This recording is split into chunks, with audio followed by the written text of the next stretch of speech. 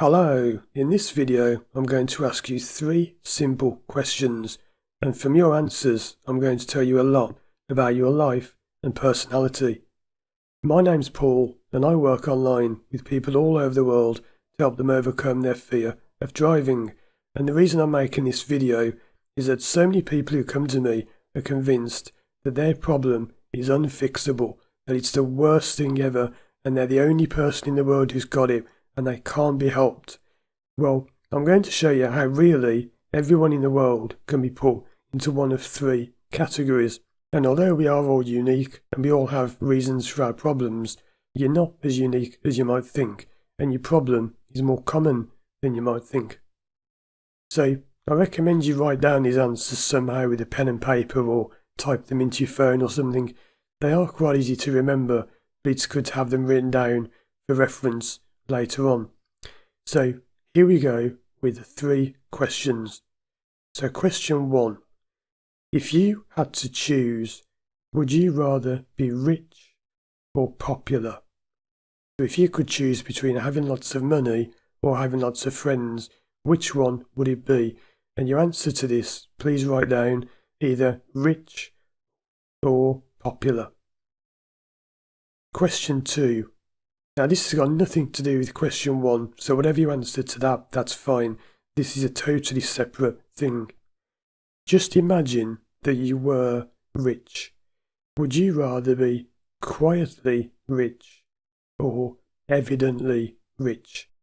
So that means, would you want to keep your wealth secret, keep it quiet and have people not know about it?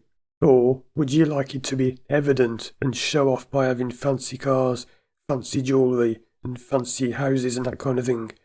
So your answer to this needs to be either quiet or evident. Question 3. Where in your body do you live? So I'm not going to give you any help with that one, but just write down the answer, where in your body do you live? So let's have a look now at the 3 personality types, and I think you'll be quite astonished at how accurate this is. And please do let me know in the comments how much this applies to you. If you chose popular, you very often will have said that you live in your heart or your stomach, and you're what we call an intuitive adaptable, IA personality. So an intuitive adaptable are really people. You're ruled by feelings and emotions, and you probably get quite emotional at times. You probably cry quite a bit, and you can be quite suggestible and easily led, and you tend to suffer from emotional problems such as low confidence, low self-esteem, not really thinking your life is worth much. You probably feel depressed quite often. Now, that's just a very brief outline. We are going to go into this in more detail soon, but that's the first personality type, the intuitive adaptable.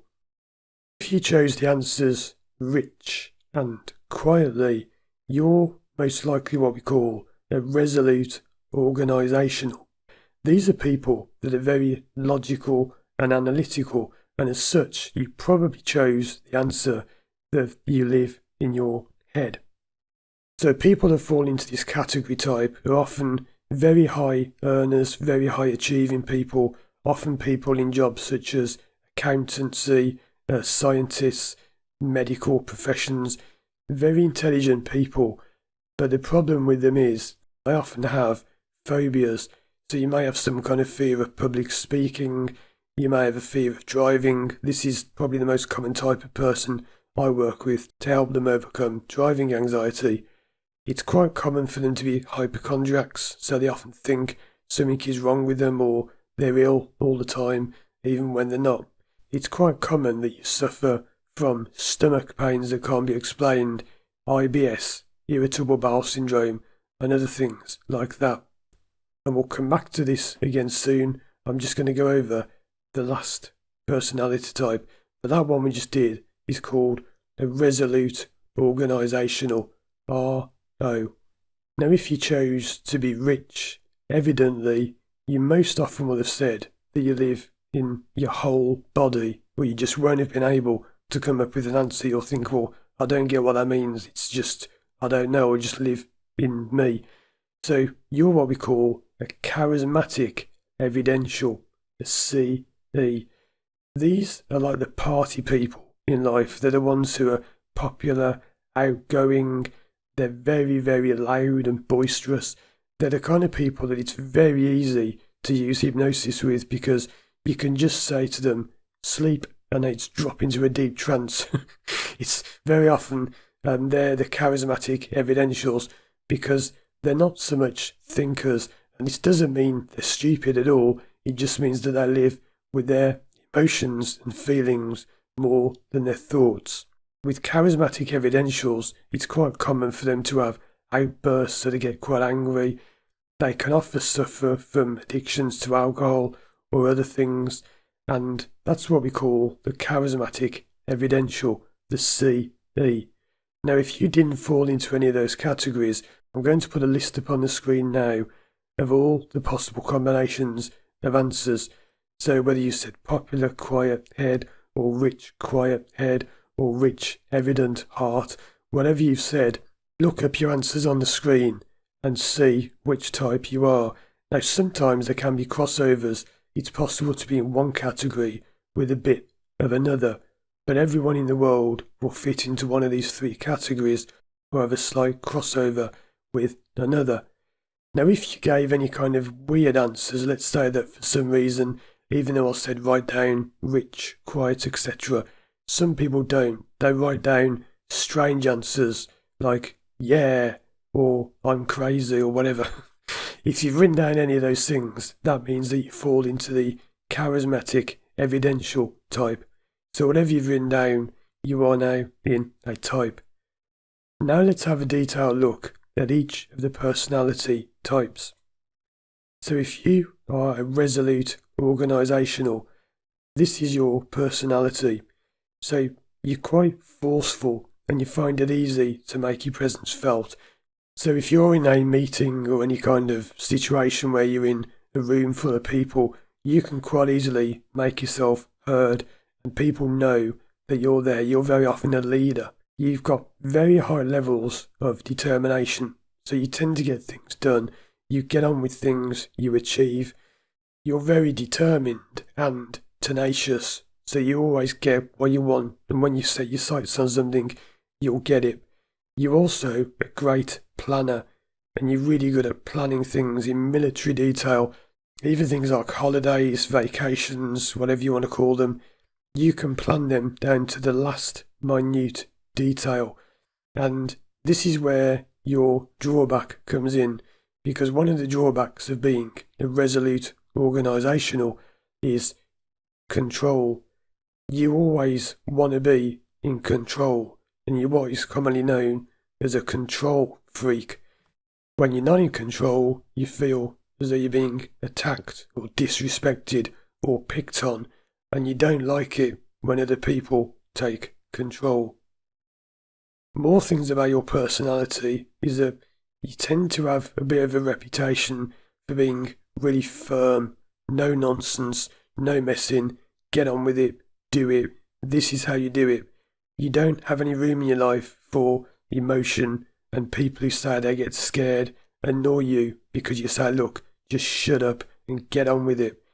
That's the typical Resolute Organisational response. You tend to think about things far too much.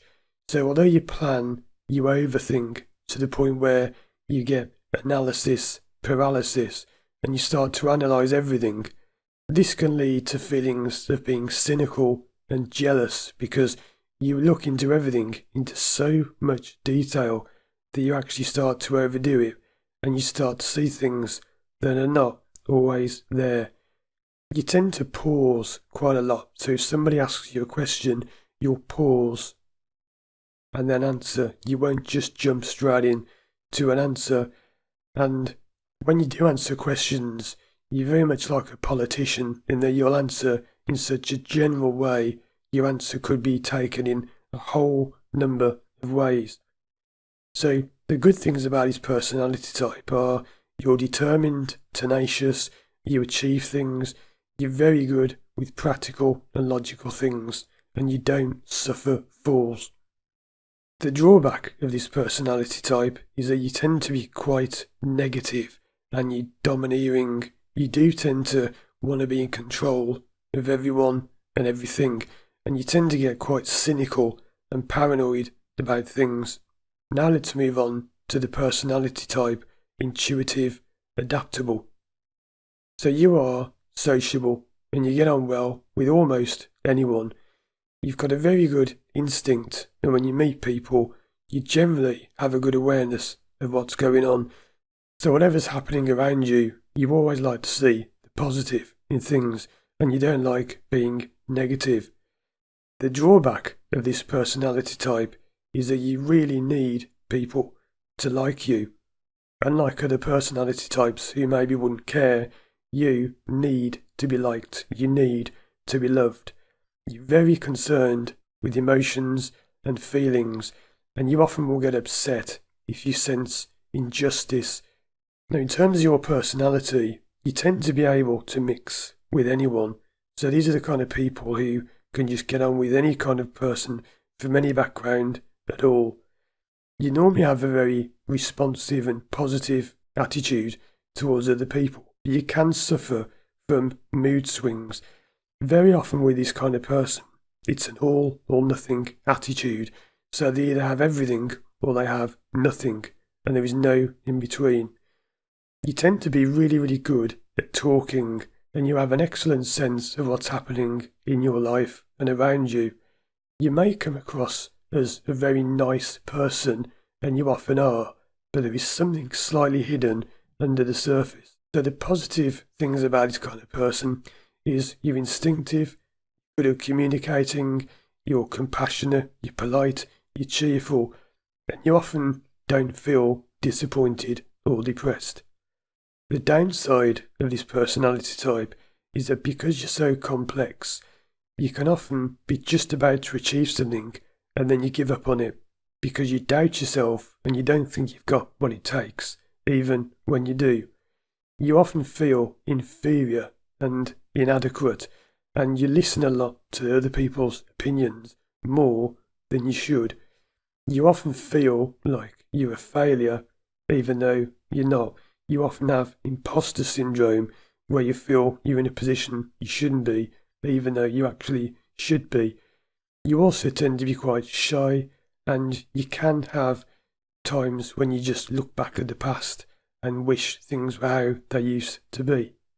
Now, interestingly for you, if you are an IA, an intuitive adaptable, you're actually the most complex of all the personality types, because you almost always have other types of personality traits within your type. So it's quite difficult to be a straight IA. You might have bits of others in, which is why I said that you're positive, but you often may feel depressed.